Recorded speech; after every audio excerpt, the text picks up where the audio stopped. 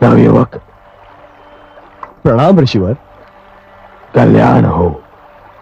युवक, मुझे मेरा नाम श्रवण है, श्रवण कुमार। सुंदर है श्रवण, मुझे प्यास लगी है।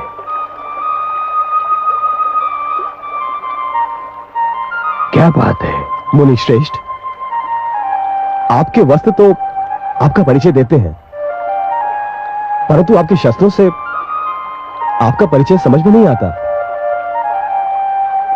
तुम मुझे मेरे वस्त्र देखकर मुनि कह रहे हो, परंतु मेरा ये धनुष, मेरा परशु, ये तो मुझे मुनि सिद्ध नहीं करते। उच्च कुल का तो सिद्ध करते हैं। उच्च कुल? मेरा कर्म जाने बिना ही केवल मुझे देखकर ही तुमने मुझे उच्च कुल का सिद्ध कर दिया। आप अवश्य किसी श्रेष्ठ ऋषि की संतान हैं, परंतु मैं एक वैश्य मुनि और छोटी जाति की माता की संतान हूं। श्रवण, तुम्हें अपनी माता को छोटी जाति का कहते हुए लज्जा आनी चाहिए। माता तो माता होती है, जो पूजनीय होती है।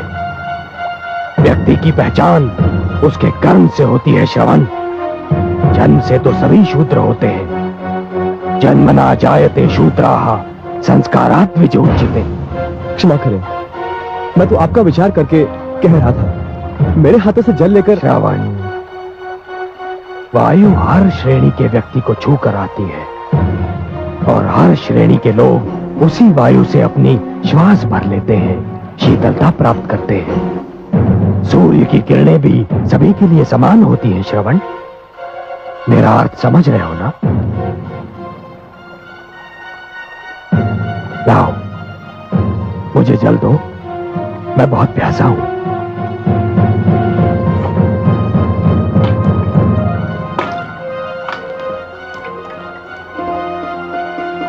सुखी रहो। हे मुनिवर, आप मुझे अपना परिचय दें, बड़ी कृपा होगी, क्योंकि आज से आप मेरे आदर्श हैं। श्रवण, मैं ऋषि जमदग्नि और माता रेणुका का पुत्र परशुराम हूं।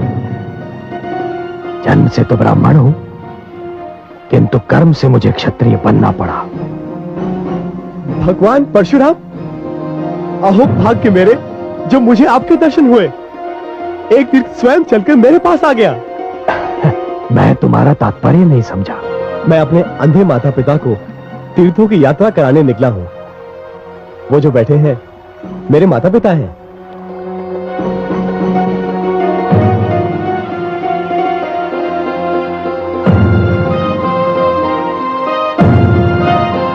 परंतु मुझे वहां कोई रथ या अन्य वाहन दिखाई नहीं दे रहा। श्रवण, जिसमें मैं बहुत साधारण व्यक्ति हूं। मेरे पास रथ आदि साधन नहीं है, किंतु माता पिता की इच्छा को पूरा करना हर संतान का धर्म भी है एवं कर्तव्य भी। इसलिए इन दोनों को कांधों पर उठाए तीर्थों की यात्रा करने निकला हूं। श्रवण कुमार, तुम धन्य हो, तुम धन्य हो। तुम्हारे दर्शन करने के उपरांत अपने माता पिता का परम भक्त होने का मेरा अहंकार तो चूर चूर हो गया। मुझे अपने चरण स्पर्श कर। नहीं नहीं नहीं नहीं, आप मुझे पाप का भागी ना बनाए। आपका यश तो पूरे संसार में सूर्य किरण की भांति फैल चुका है। अब चलिए, चलकर मेरे माता पिता को दर्शन देकर धन्य कीजिए। श्रवण, मैं भी उन माता पिता का दर्शन करके धन्य होना चाहता हूं, जिन्होंने तुम जैसे पुत्र को जन्म दिया। चलो चलिए।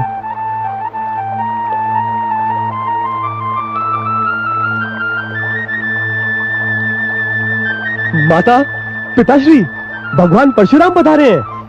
हमारे धन्यवाद। हे भगवान परशुराम, हमें अपने चरण छूने दीजिए। नहीं माता, चरण स्पर्श तो मुझे आपके करने चाहिए।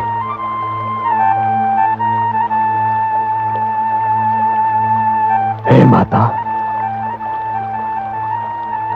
मैं आपके पुत्र से मिलकर धन्य हो गया।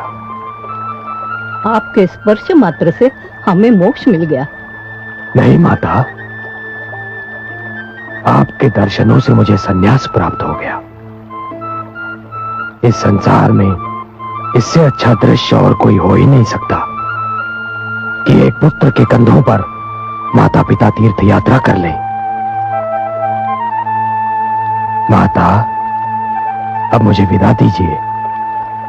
मुझे महाराज जनक के पास पहुंचना है।